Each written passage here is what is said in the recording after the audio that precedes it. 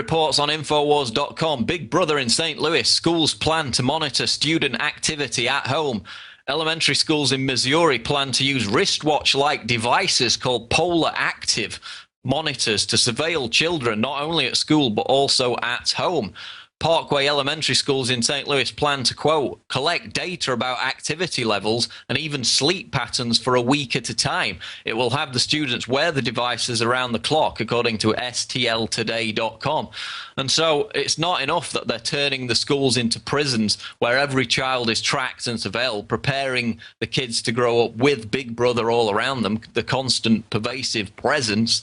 Now a little piece of Big Brother is being asked to take home with them, just like the laptops that were taken home by students in Philadelphia with built-in webcams that allowed school administrators to spy on the kids, which of course prompted a class action lawsuit.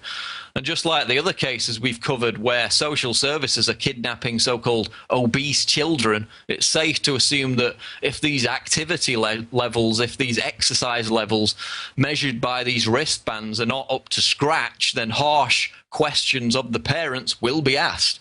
Yet another reason to join the growing army of parents who have decided to homeschool their children.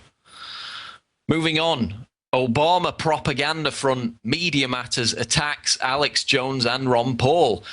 The admitted Obama White House propaganda front Media Matters is now trying to kill two birds with one stone by smearing Ron Paul because he regularly appears as a guest on the Alex Jones show.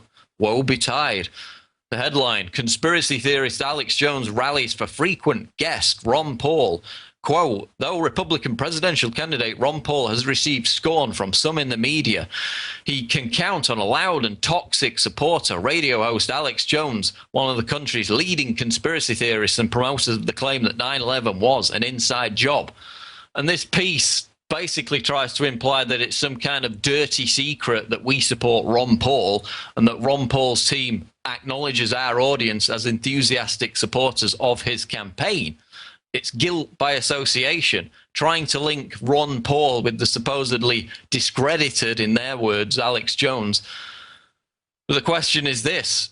If Alex Jones and Infowars are so discredited, then why has traffic to our website surged over the last 2 years, while traffic to MediaMatters.org has dwindled?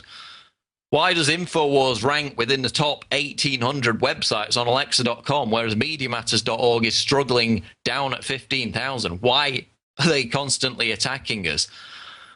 I'll tell you why, because at least we try and be honest in our reporting and what we're about.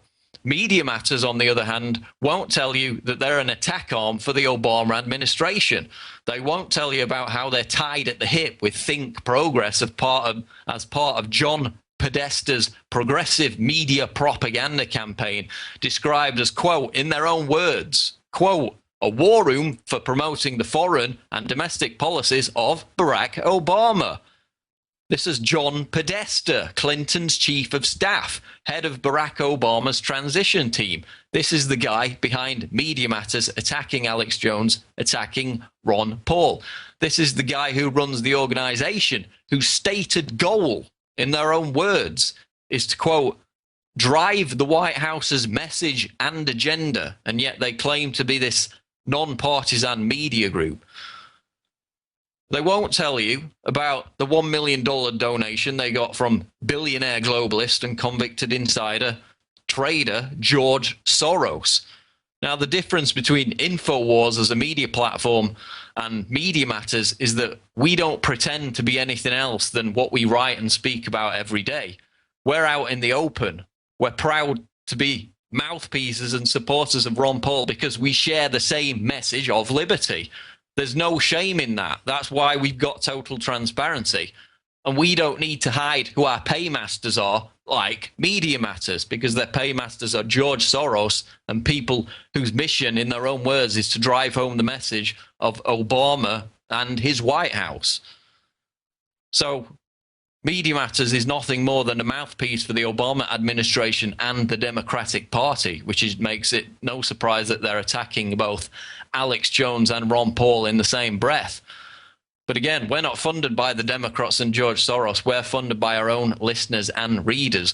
And the fact that people are becoming more aware of that is why Media Matters, struggling down in 15,000 on Alexa.com, is losing more readers every day, whereas Infowars.com becomes increasingly trusted and increasingly surges in the ranking because people have seen past the little conspiracy theory jibe and are starting to realize that at least we try to be honest in reporting the facts, and we're backed by our own message of liberty, which we share with Ron Paul, not backed by the Obama administration and George Soros.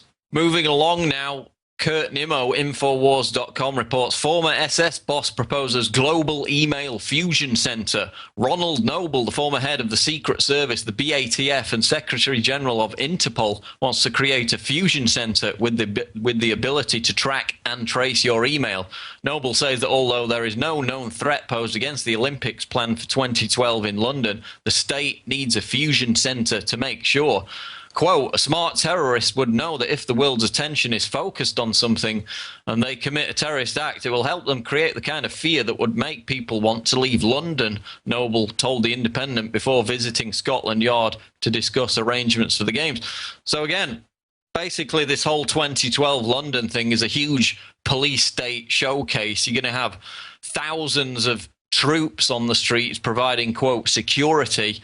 You're going to have the kind of loudspeakers, conversation monitors, every form of high-tech surveillance imaginable.